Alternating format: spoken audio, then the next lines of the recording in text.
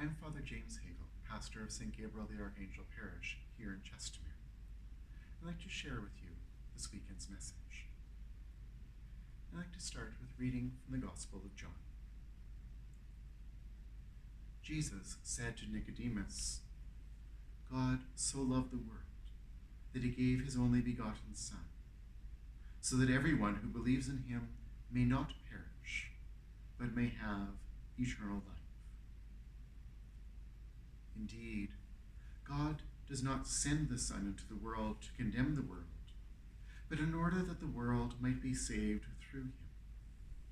The one who believes in him is not condemned, but the one who does not believe is condemned already for not having believed in the name of the only begotten Son of God. The Gospel of the Lord.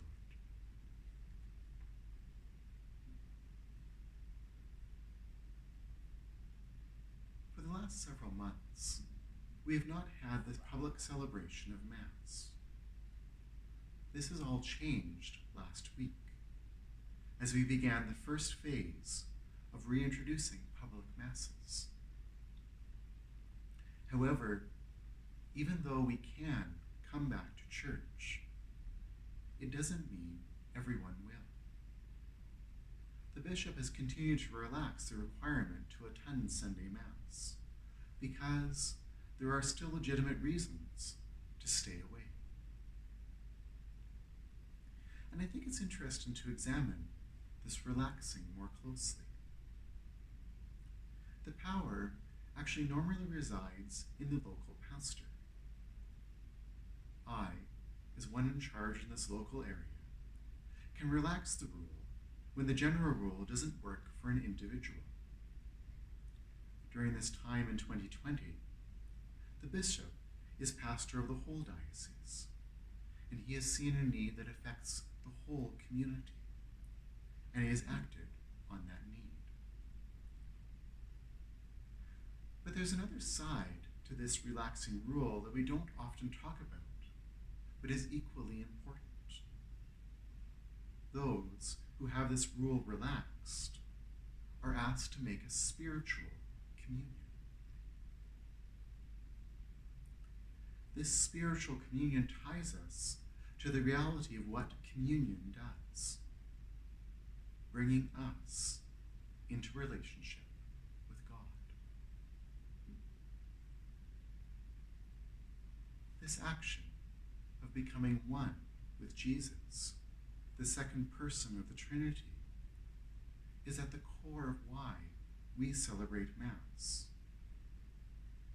In being human, God gave us an institution that helps us feel that communion. We gather in community. There's a reason that communion and community have similar roots.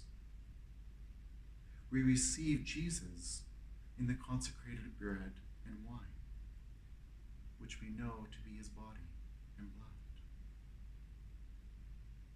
God uses these concrete means to make present his grace for us. As a church, we call this sacrament.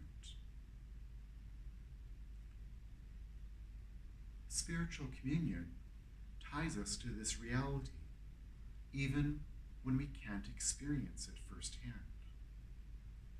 And so, those watching televised Masses or streaming it on their tablets make an act of spiritual communion and come into relationship with Jesus, the second person of the Trinity. I repeat this fact because our feast today focuses on God himself, the end goal of spiritual communion and the Mass. Through Jesus, we are given the gift of life with God. We don't deserve it. We certainly don't earn it. But it is a gift from God nonetheless. We are invited into the very life of God. To love the Father just as Jesus does. to be animated by the Spirit, just as Jesus is. The profound truth of our Christian faith is to be granted life with God. Although not everyone can experience this life with God in person, spiritual communion ties us to this reality. But in that very fact we do it, we also experience a slight loss. Many of us long to gather together, but can't.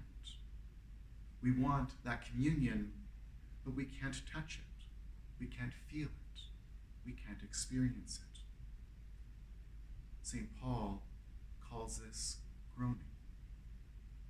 The whole creation has been groaning while we wait for our adoption.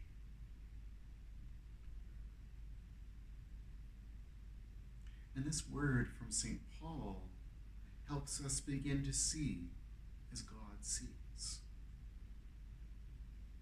It is not just me for which God awaits, but indeed it is everyone. And our work is to bring everyone to that communion with God.